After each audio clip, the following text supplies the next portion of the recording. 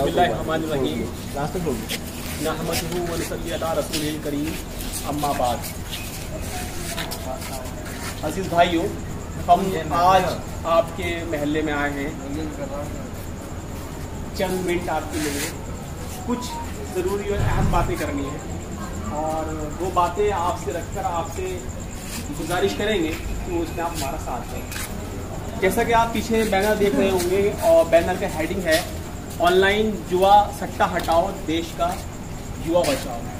तो मेन बात तो जो है हमें इसी मौजू पे करनी है कि जो आज के वक्त में ऑनलाइन गेम्स, एप्लीकेशंस और मुख्तलिफ किस्म के इस तरह के ज़राए हुए हैं जहां हम नए नए अंदाज के अंदर जो है आज जुआ और सट्टा प्रमोट हुआ है। और उसमें जो हमारे लिए काबिल अफसोस और काबिल रंज बात है वो ये कि हम लोग इस काम में मुलव्विस हो भी गए हैं और हमें ये एहसास भी नहीं है कि हम गुनाह कर रहे हैं। क्योंकि कंफ्यूजन इस लिहाज से है, जब गेम की बात की जाती है तो गेम सब जानते हैं कि मनोरंजन का साधन है, एंटरटेनमेंट का जरिया है।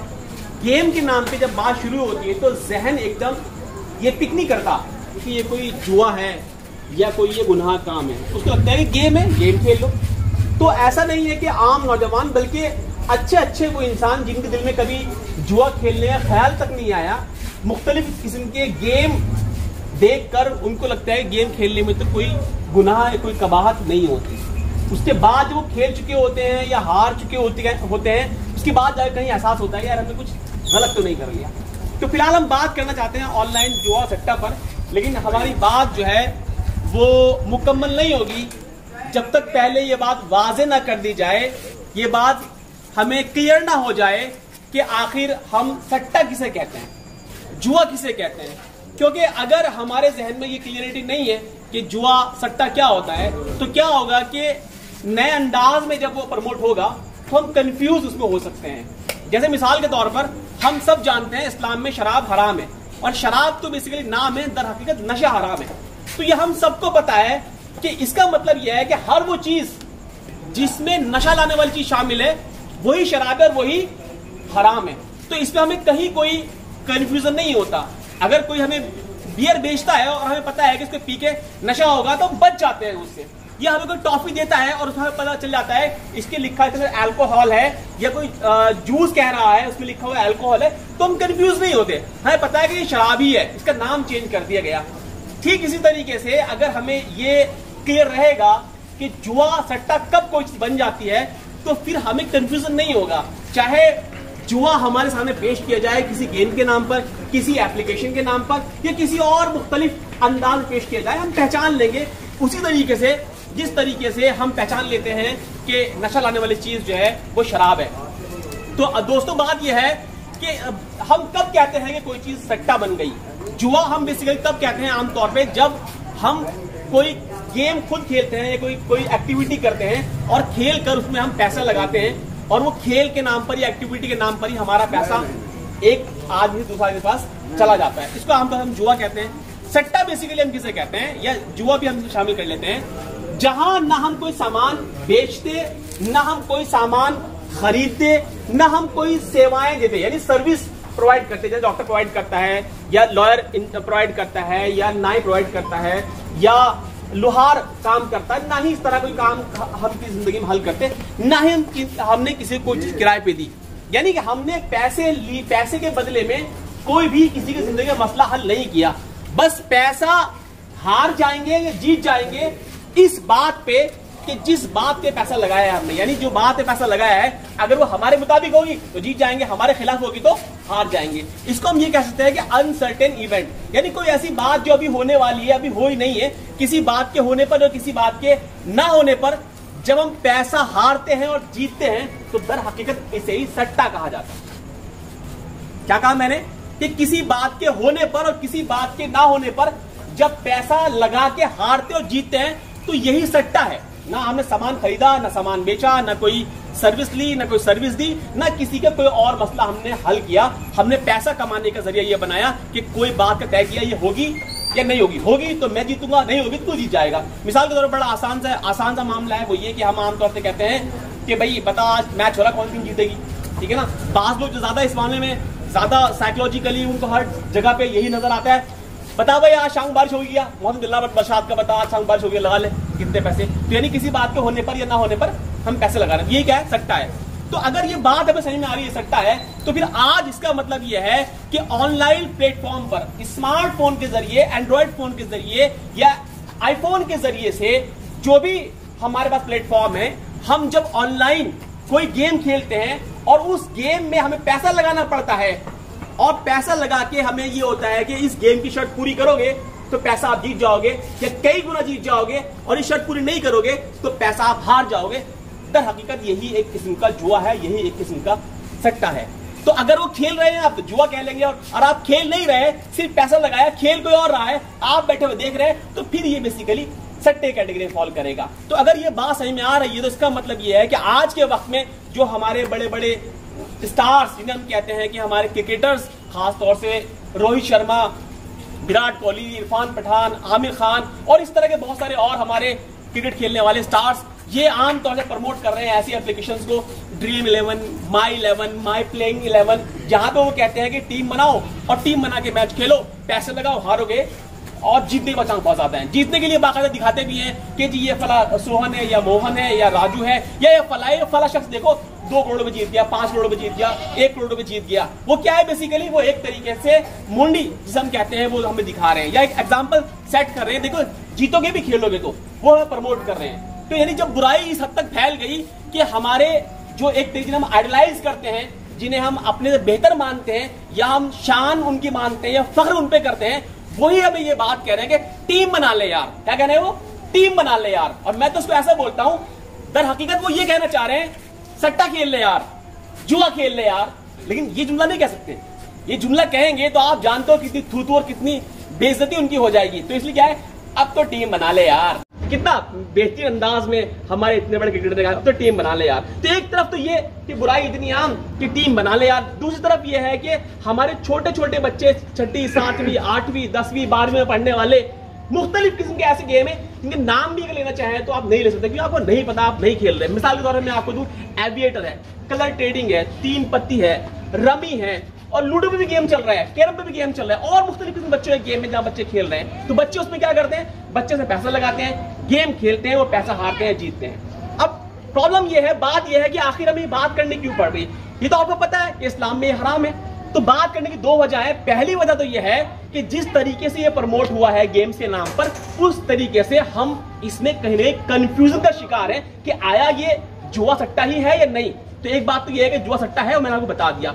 दूसरी बात प्रॉब्लम यह है कि जब हमारा पढ़ने वाला बच्चा, स्कूल जाने वाला हमारा स्टूडेंट, जब वो इस तरह के गेम्स में पढ़ेगा, इस तरह की एप्लीकेशन में पढ़ेगा, फिर पढ़ेगा नहीं। वो पढ़ लिख के doctor, engineer, lawyer, scientist, CA और इस तरीके से बड़ी बड़ी डिग्री हासिल करके वो ऑफिसर्स नहीं बनेगा। वो जो कंपटीशन होते हैं नेशनल लेवल के या इंटरनेशनल लेवल के या स्टेट लेवल के, वो कंपटीशन में बैठने सोच भी नहीं सकता। वो यहां तक कि वो पढ़ाई भी नहीं करेगा, छोड़ छाड़ देगा। क्या होगा, ऐसा बच्चा यानी आने वाले वक्त में एक जहनी मरीज की तरह होगा, जिस बच्चे के जहन में लालच बैठ चुका होगा, और वो लालच जहां उसका कैरियर खत्म कर रहा होगा, वहीं अब उसके आने वाली जिंदगी में उसके लिए उसका मुस्तकबिल खराब कर रहा होगा। जहां वो अब कमाने की बात नहीं करेगा, हलाल कमाई की बात नहीं करेगा, वो सिर्फ अपॉर्चुनिटी तलाश करेगा कि मैं किस तरह पैसा कमाऊं। तो इसका सबसे बड़ा नुकसान यह है कि हमारे समाज के अंदर जो एबिलिटी थी, कहा जाता था कि मुस्लिम समाज के अंदर कारीगर बड़े अच्छे होते हैं, ये मिस्त्री बड़े अच्छे होते हैं भाई। लेकिन आज क्या हो रहा है कि आज वो जो हमारा फन था, जो एक ट्रेडिशन चला आ रहा था, वो भी जाया हो रहा है। अब लोग मिस्त्री बनना नहीं चाह रहे, टैलेंट हस्बैंड नहीं बढ़ा रहे अपना, या पढ़ना नहीं चाह रहे। अब वो इस तरह के गेम्स में, एप्लीकेशन में पैसा लगा के अपना ज़हन खराब कर रहे हैं। तो सबसे बड़ा नुकसान ये हुआ है कि हमारे नौजवान और हमारे बच्चे इसमें जब शामिल हुए हैं, तो इसमें शामिल होने की वजह से हमारी कौम का मुस्तकबिल जो है वो खराब होने वाला है। और आपको पता है कि एक मर्द खराब हुआ, एक मर्द खराब नहीं हुआ, एक घर खराब हुआ, एक घर खराब नहीं हुआ, एक खानदान खराब हुआ कि वो बेटी जो उसके निकाह में आएगी वो हमेशा परेशान रहेंगे, वो बच्चे जो उसके जरिए पैदा होंगे वो हमेशा मारे मारे फिरेंगे, समाज में उसकी थू होगी, उसके माँ बाप को हमेशा गिरवी नजर देखा जाएगा। तो ये बेसिकली हमारे सामने चैलेंज है जिसके लिए हम आपके सामने बात लेकर आए हैं। इसमें आपसे गुजारिश हम ये करेंगे कि भाई अपने छोटे छोटे बच्चे जहां आप देखें वो गेम खेल रहे हैं तो उन्हें आप समझाएं, किसी को हिकारत से डांटे नहीं, शर्मिंदा ना करें, तंज ना मारें, आप याद रखें, इस्लाह काम मोहब्बत से होता है, दिल से होता है, दर्द से होता है।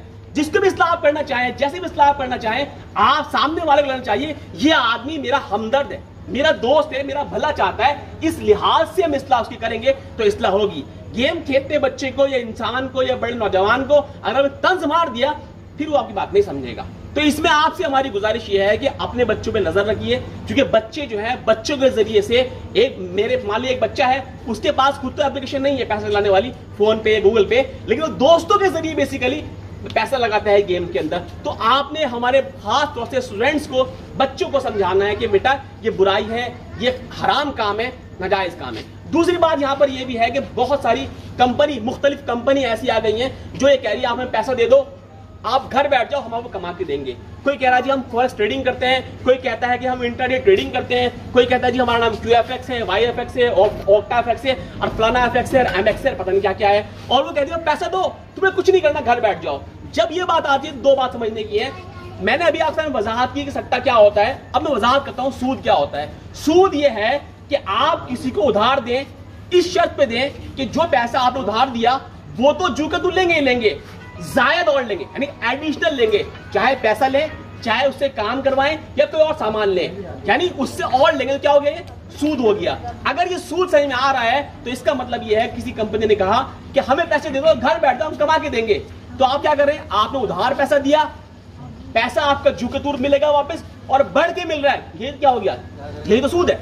आप बैंक में FD कराइए, घर बैठ जाइए, FD में क्या होगा, आपको इंटरेस्ट मिलेगा, यही तो सूद है। जो आदमी ब्याज में पैसा देता है क्या करता है, वो उधार देता है, घर बैठ जाता है, लोन लेता, पैसे लेता, सूद लेता है, तो यही तो सूद है। तो अगर कोई कंपनी के नाम पे पैसा मांगता है और ये कहता है कि अब घर बैठ जाओ पैसा मिलता रहेगा, तो समझ जाइए सूद की ही एक नई किस्म है। दूसरी बात यह है, वो कंपनी वाली कहती है कि हम शेयर ट्रेडिंग में काम करते हैं या फॉरेक्स ट्रेडिंग में काम करते हैं, किसी नाम सुना होगा, विदेशी करेंसी हम खरीदते और बेचते हैं। तो दरअसल जो मार्केट है, जिस तरीके से ट्रेडिंग होती है, वो भी सट्टे की एक किस्म है, क्योंकि उसमें हकीकत में कोई ना पैसा करेंसी खरीदता ना कोई करेंसी बेचता। यानी जैसे हम हज करने जाते हैं तो रुपये के बदले क्या करते हैं, हम लेते हैं रुपये के बदले में रियाल, या हम अमेरिका जाना है हमें तो हम रुपये के बदले में लेंगे डॉलर। तो वहां ऐसा नहीं हो रहा, वहां क्या है कि मार्केट में चूंकि रेट चलते रहते हैं, तो फॉरेक्स मार्केट में रेट पे पैसा लगाया कि भाई रियाल में पैसा लगा दो, रियाल रेट कितने का, रियाल अभी रियाल 20 रुपए पे लगा दो, पैसे लगा दिए। अब रियाल के रेट बढ़ेंगे तो मुझे मुनाफा होगा, रियाल के रेट घटेंगे तो मुझे नुकसान होगा। मिसाल दी मैंने आपको, तो बताइए क्या ये कारोबार है? नहीं, ये तो वही है कि शाम को बारिश होगी या नहीं होगी, टीम कौन जीतेगी। इसी तरीके से पैसे घटेंगे या बढ़ेंगे, तो किसी बात के होने पे या ना होने पे जो हमने बेसिकली पैसा लगाया है वो भी सट्टा है। तो इस तरीके से शरई लिहाज से भी ये कंपनी जो काम कर रही है वो अपने आप में जायज नहीं है। मैं यहाँ पे यही बता दूं, बाकायदा देवबंद का फतवा है जिसमें उन्होंने कहा है ये काम करेंसी खरीदने बेचने जायज नहीं है, जब तक के नकद ना हो, जब तक के जो करेंसी आपने दी बदले मिली वो आपके हाथ में ना आ जाए। तो इस लिहाज से समझने की बात है। तीसरी बात जो मैं इसमें ऐड करना चाहता हूं, जो हमारे लिए बड़ी खतरनाक है बतौर कौम, बतौर उम्मत, वो ये कि हमारी मुसलमान भाई जहां बहुत से कारोबार के लिए सूद पे पैसा लेते हैं, बहुत सी मजबूरी में पैसा लेते हैं, वहीं अब मुसलमानों में ट्रेंड चल पड़ा कि अपनी ख्वाहिशात को पूरा करने के लिए भी लोन लेने लगे, यानी लोन पे सूद पे पैसा लेने लगे। तो खासतौर पर खवातीन 10,000, 20,000, 15,000 और ID देंगी अपनी और लोन पे पैसे लेकर आ जाएंगी और वो मोटी मोटी जो है ब्याज बात चुकाते हैं। और आप ये बात समझिए, मैं एक मिसाल देता हूं कि पुरानी फिल्में हुआ करती थी, उन फिल्मों के अंदर एक सेठ हुआ करता था, वो सेठ गांव के तमाम गरीबों को पहले लोन दिया करता था, बाद में क्या करता था उनकी या तो जमीन कब्जा लेता था उनकी, या क्या बोलता था, बेटी को भेज देना मेरे घर पे। तो इस तरीके से अगर खवातीन डायरेक्टली गैर मर्दों के साथ में जाके बातचीत करेंगी, वार्तालाप करेंगी, और वो मर्द ये कहेंगे भाई घर के मर्द से बात नहीं करने के, हम औरत भेजो, वो बात करेगी।